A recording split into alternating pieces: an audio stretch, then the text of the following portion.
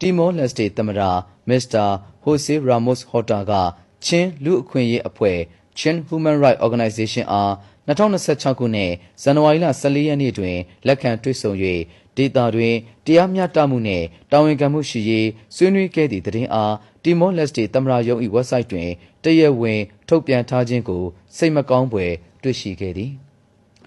Timor Leste အနေဖြင့်ဒီလီမြို့တွင်2023ခုနှစ်ဇူလိုင်လ1ရက်နေ့ကကျင်းပခဲ့သောအစိုးရအဖွဲ့ကျန်းသစ္စာကျိန်ဆိုသည့်အခမ်းအနားသို့မြန်မာအစိုးရကမတရားအသင်းကြီးညာထားသောအကြမ်းဖက်အဖွဲ့အစည်း NUG မှဇင်မာအောင်နှင့်အဖွဲ့အားဖိတ်ကြားခဲ့ပြီးသမ္မတ Mr. Jose Ramos Horta ကလက်ခံတွေ့ဆုံခဲ့သည်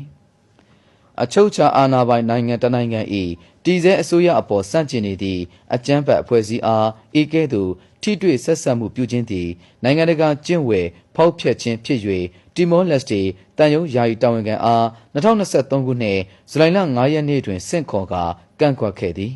အဲဒီနောက်တန်ယုံယာယီတာဝန်ခံကိုလည်း2023ခုနှစ်စက်တင်ဘာလ1ရက်နေ့နောက်ဆုံးထား၍မြန်မာနိုင်ငံမှထွက်ခွာရန်နှင်ထုတ်ခဲ့သည်ထို့ပြင်Timor Leste နိုင်ငံ၏အာဆီယံအဖွဲ့ဝင်လျှောက်ထားမှုကိုလည်းအာဆီယံပြည်ညင်ပါအခြေခံမူများကိုလိုက်နာခြင်းမရှိ၍ကန့်ကွက်ကြောင်းအာဆီယံအဖွဲ့ဝင်နိုင်ငံခြားရေးဝန်ကြီးများအားလုံးထံစာရေးသားပေးပို့အကြောင်းကြားခဲ့သည်အထက်ပေါ်ပြပါကိစ္စများနဲ့ဆက်လင်း၍ Timor Leste နိုင်ငံခြားရေးနှင့်ပူးပေါင်းဆောင်ရွက်ရေးဝန်ကြီးက58ကြိမ်မြောက်အာဆီယံနိုင်ငံခြားရေးဝန်ကြီးများအစည်းအဝေးကျင်းပစဉ်ကာလအတွင်း2025ခုနှစ်ဇူလိုင်လ10ရက်နေ့၌မြန်မာကိုယ်စားလှယ်အဖွဲ့ခေါင်းဆောင်ညွှန်ကြားရေးမှူးချုပ်ဦးကျော်ညွန့်ဦးထံတွေ့ဆုံခွင့်တောင်းခံ၍တွေ့ဆုံခဲ့စဉ်တွင်၎င်းမြန်မာနိုင်ငံခြားရေးဝန်ကြီးဌာနပြည်ထောင်စုဝန်ကြီးထံသို့2025ခုနှစ်ဇူလိုင်လ10ရက်နေ့တွင်စာပေးပို့၍၎င်း2025ခုနှစ်စက်တင်ဘာလ18ရက်နေ့တွင်Timor Leste နိုင်ငံခြားရေးနှင့်ပူးပေါင်းဆောင်ရွက်ရေးဝန်ကြီးမြန်မာနိုင်ငံသို့လာရောက်သည့်ခရီးစဉ်အတွင်းမြန်မာနိုင်ငံခြားရေးဝန်ကြီးနှင့်တွေ့ဆုံစဉ်တွင်၎င်းTimor Leste နိုင်ငံသည်အခြားနိုင်ငံ၏ပြည်တွင်းရေးကိုဝင်ရောက်ဆွတ်ဖက်မှုမပြုပါကြောင်းနှင့်အာဆီယံပြည်ညင်ပါအခြေခံမှုများကိုအပြည့်အဝ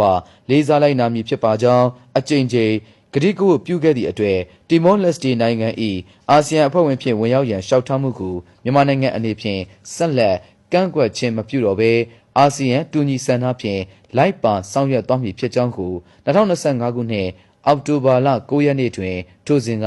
အာဆီယံအလှည့်ကျဥက္ကဋ္ဌမလေးရှားနိုင်ငံခြားရေးဝန်ကြီးထံသို့အသိပေးခဲ့သည်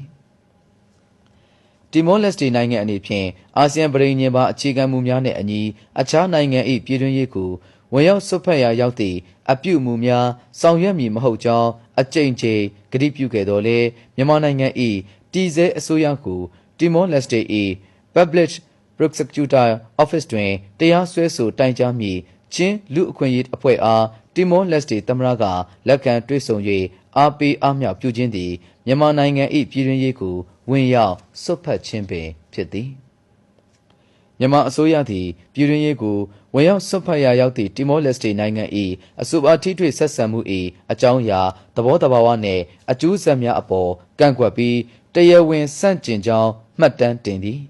သတင်းမှားများဖြန့်ဝေပြီးမတည်ငြိမ်မှုများကိုလှုံ့ဆော်ရန်ကြိုးပမ်းကာမြန်မာနိုင်ငံ၏တည်ငြိမ်အေးချမ်းရေးကိုရွေချက်ရှိရှိထိခိုက်စေရန်ဆောင်ရွက်နေသည့်အစိုးရစန့်ကျင်အဖွဲ့များနှင့်Timor Leste အစိုးရကတရားဝင်ထိတွေ့ဆက်ဆံခြင်းသည်အာဆီယံဖွဲ့ဝင်နိုင်ငံများ၏အချုပ်အခြာအာဏာကိုလေးစားရန်နှင့်အခြားအဖွဲ့ဝင်နိုင်ငံများ၏ပြည်တွင်းရေးကိုဝင်ရောက်ဆွတ်ဖက်ခြင်းမှရှောင်ကျဉ်ရန်ပြဋ္ဌာန်းထားသည့်အာဆီယံပြည်ညင်ပါအခြေခံမှုများကိုပြောင်ပြောင်တင်းတင်းချိုးဖောက်ခြင်းဖြစ်သည်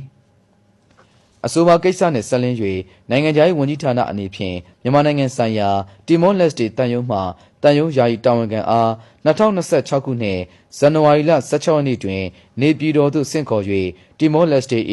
အာဆီယံပြည်ညင်ပါအခြေခံမှုများအားချိုးဖောက်၍အခြားနိုင်ငံ၏ပြည်တွင်းရေးကိုဆွတ်ဖက်မှုအပေါ်ကန့်ကွက်ရှုံချကြောင်းနှင့်ဖြည့်ရှင်းပြန်ကြားပေးရန်တောင်းဆိုကြောင်းဖော်ပြသည့်တတိထောက်လွှာအားပေးအပ်ခဲ့ကြောင်းသိရှိရပါရခင်ဗျာ